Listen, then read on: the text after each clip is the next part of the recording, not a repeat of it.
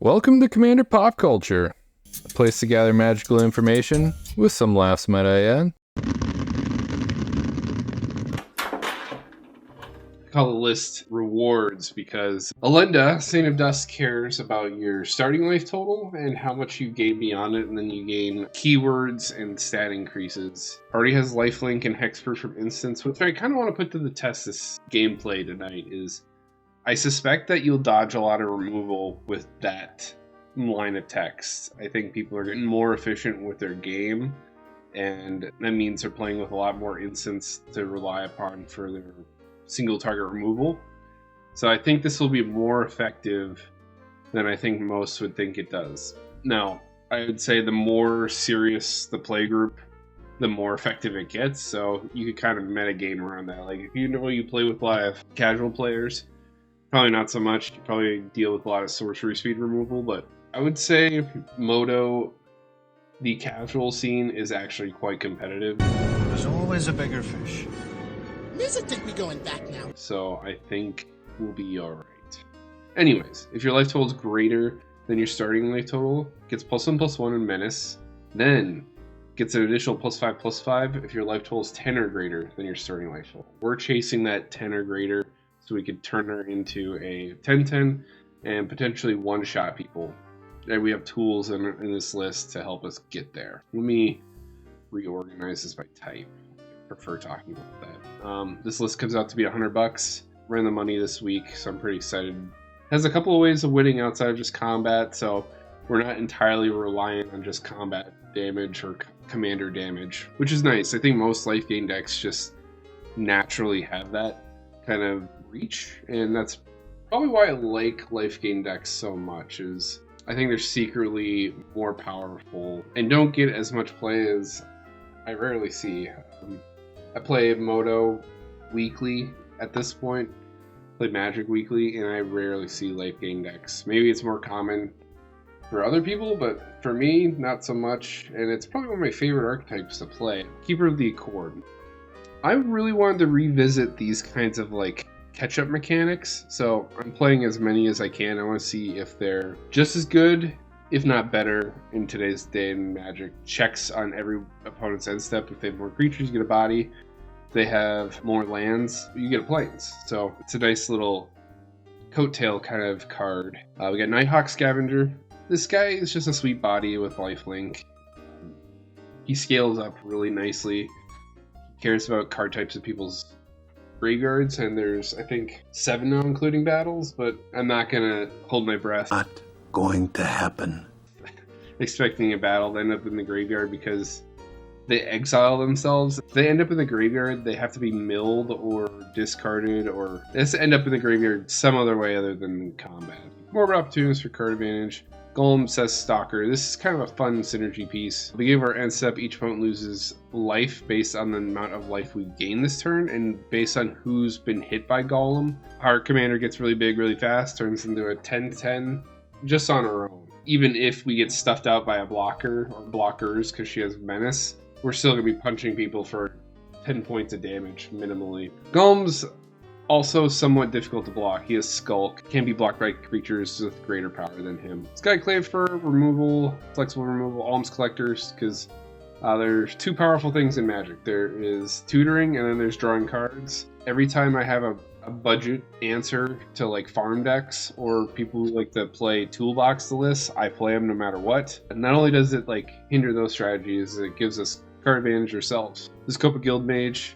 An alternative win condition where, again, our commander doesn't need to hit someone. We just activate this for the bottom 3 ability. Each opponent loses life, equal life we gain. So there's a lot of effects that drain people for the amount of life we gain, but it's single targeted. This doesn't target anybody, so that's why it's significantly better. Grey Merchant is an oldie and goodie, drains people, and you gain life based on life lost. Knight of the White Orchid, revisiting that ramp package. Vengar the Diplomat, probably one of the best card advantage white cards in the game because it triggers so easily. You get attacked by 2 creatures, or someone casts 2 spells a turn, and in Commander, usually the person who casts the most spells in a game usually wins. This thing will rack you up a significant amount of cards At least, I would say 4 is what I expect. Probably even more, depending on how long this thing sticks around. Synchromancer, we're not so much about the discarding plan, but I imagine creatures die a lot, and people are going to be trying to block our commander. It's 10 points of commander damage. They're not going to want it to happen, so on top of the 10 life you'll be gaining, 2 creatures are most likely going to die, because it takes 2 creatures to block our commander. Thus, we gain an additional 6 life, 16 total in that scenario. Claim Jumper, haven't tried him out. This is one of those like new catch-up mechanic cards that I haven't personally got a chance to play, but it's like the cracked out version of Night of the White Orchid. For an additional mana, you search for 2 lands if people have more lands than you. Exemplar of Light, this is a new card for Foundations. Whenever you gain life, you get to draw a card. And it only happens once a turn, but we have plenty of ways of getting life on other people's turns that we should net a lot of cards off this. Again, hopefully we see 4, because that's how much mana we're investing into this. It also turns into a scary body. You get big real fast and it's evasive. Wall of Reverence. I think it's kind of sad, but if you go back like 7-8 years and you looked up life gain lists, this was in every single life gain deck. And you go on EDH Rec now, this is not in the recommended list. It's terrible. I think this card is super good. It's super good in this list because our commander turns into a 10/10.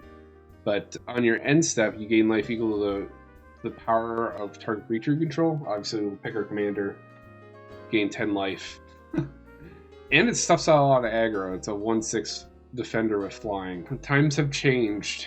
I don't know why this has fallen out of favor in terms of like popularity, but I still think this is one of the best life gain cards in the business. And I'd like to shine a light on that, make people more aware. Soul Warden, probably one of the best life gain cards in the game. Whenever any creature enters, you gain a life, including your opponents. Felidar Sovereign is an additional win condition. If we have 40 life at our upkeep, we win. Divinity of Pride, another oldie and a goodie. This came out around when I first started playing Magic. I started in 10th edition, and then Morningtide Shadowmoor block started, and that's when I started playing. This is the first time they introduced these hybrid mana symbols. It was super cool and fun, and learning Magic and discovering that you could play, multiple colors in a single deck was like mind blown. It's super broken because if you have 25 or more life, we are guaranteed decks. We start off with 40, becomes an 8/8 with flying and lifelink, so we beat people down and get a lot of life at the same time. Lotho for a ramp package, Gaffer for card advantage each end step, so we could potentially gain life, 3 life on other people's turns, and draw cards on other people's turns as well, but pretty guaranteed on our own turn. Kimball, the console of allocation. Whenever our opponent casts a non-creature spell, which is usually over half of people's decks, they lose life, we gain 2 life. We don't really care so much about the drain part, we care more about the gaining part. Enduring Tenacity. We talked about Viscopic Guildmage and how it's unique in that it doesn't target everybody or anybody. This does target someone, but it's new from Duskborn. If it should die, comes back as just an enchantment, and you get to keep this really sweet text box of whenever you gain life, target opponent loses life. You can't kill me. Rock's Faithmender, double our life gain when we should gain it. Soul's Attendant, just another copy of Soul Warden. Veto, this is another one of those we gain life, target opponent loses that much life. I am surprised with how much more efficient these effects are getting. Like we got this and we got the Snake from Duskborn. Prior to Veto, the only thing we had was Sanguine Bond, and that's 5 mana, which I'm also running in here. Sorin, House of Markov. On your second post-combat main phase, if you gain 3 or more life, he flips over, and then he has a -1 ability that just nukes people. The -1 ability is what we're very interested in. Basically like a Veto effect, just on a Planeswalker side. And that's all I'm really reusing him for, although he does have Extort, which is incredibly useful in this list because you net way more life for each activation when there's a lot of players still in the game. In Commander, you have 3 opponents, so every time you pay into a spell, in addition, you gain 3 life, and that -1 ability gets even better, and it excels our game so we could get to 10 additional life. So Elenda gets that +5/+5 stat block. Angel of Destiny for another win condition. If we have 15 more life than our starting total, and this punches someone, they die on their end step. Step to the Deathless and a Sanguinate for closing out games. You just drain people for life and you gain life equal to the life lost. Lately I've been liking these combat tricks where we surprise people. Double Strike is one of the best keywords for Voltron strategies. It's so much better with our commander because she herself becomes a 10-10. And if we can get one more power on her and plus Double Strike, those are like the two magical things we need going for us, and they decide not to block. You throw out Kaya's Onslaught. Not only do you get the stat block increase, but you also get the Double Strike. And you'll just one-shot people with this. I've had a lot of luck with these combat tricks where people don't want to trade off important pieces. They'll just take it on the nose, and then you surprise kill them. And I've done that a couple of times. The last time I did that was this epic game where I was playing the Indoraptor. I was so far behind that it really depended on a player to be really greedy and not block. I got in when I shouldn't have. Tainted Strike someone to death, and then the remaining player had one creature left to defend, and I had a Relentless Assault to follow up, and I killed that player in the same turn. Could catch the middle player with their pants down. I get one shot at killing both of these players right here, and it all depends on if Big Salad chooses the block. His Kinjali Sunwing and his Marauding Raptor aren't that important. I imagine he gives those up just because. He'll be a little surprised though when I decide to attack him, and he should be a little like confused about why I'm choosing him. Okay, I have a bunch of stops, so I want to see how he chooses the block here. Oh, just let it go through. Oh, for the love of God, I've been patient. Please don't stop. Come on. Oh, he didn't block. Thank you. Big mistake. Here it comes, baby. Goodbye. Main phase 2, Relentless Assault. That is why you should block sometimes. My heart's pounding. I thought for sure he would block right there. Go to Magic Combat.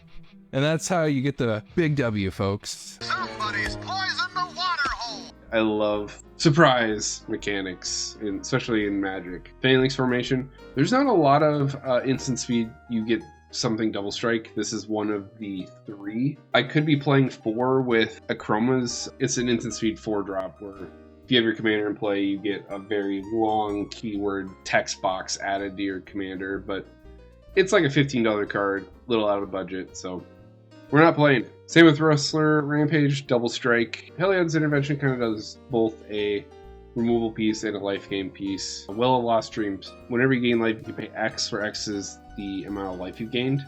You draw that many cards. Things like Bowls of Citadel go really far in life gain decks because obviously you have more life to play with and sacrifice to go all out with stuff like this. A good addition for this list, if you get more money to spare, throw in things like Necro Dominance and Necropotence, and that way you can manipulate the top of your library and you'll never miss. I could spare some cards and throw them in here. Like if I cut Archaeomancer's Map, which is part of our comeback ramp plan, this is around the same price as those 2 enchantments. Twin-Bladed Blessing, new from Foundations, gives Double Strike at instant speed. Sentinel's Eyes. I like it for the reusability. It has Escape, and it gives that +1/+1 stat block we're looking for, and it gives Vigilance, so it makes us extra defensive and extra aggressive at the same time. Test of Endurance for an additional way of winning. Blind Obedience to tap our opponent's stuff down. Bow before me! Makes it so more simple attacks in, and at the same time gaining a bunch of life with that X-Sword ability. Smuggler's Share. I was super surprised by the price point of this. $1.58. I remember when this was like spoiled and people were freaking out about it. I guess it never stuck around in popularity. I still think it's good. People like to draw cards. I like to draw cards. People like the ramp. I like the ramp. I think this hits way more often than this price point sets it at. We were talking about Sanguine Bond, and Authority of the Consuls is also dirt cheap now. Got reprinted, taps our opponent's stuff down so we get better attacks. Gains us life whenever opponents play creatures.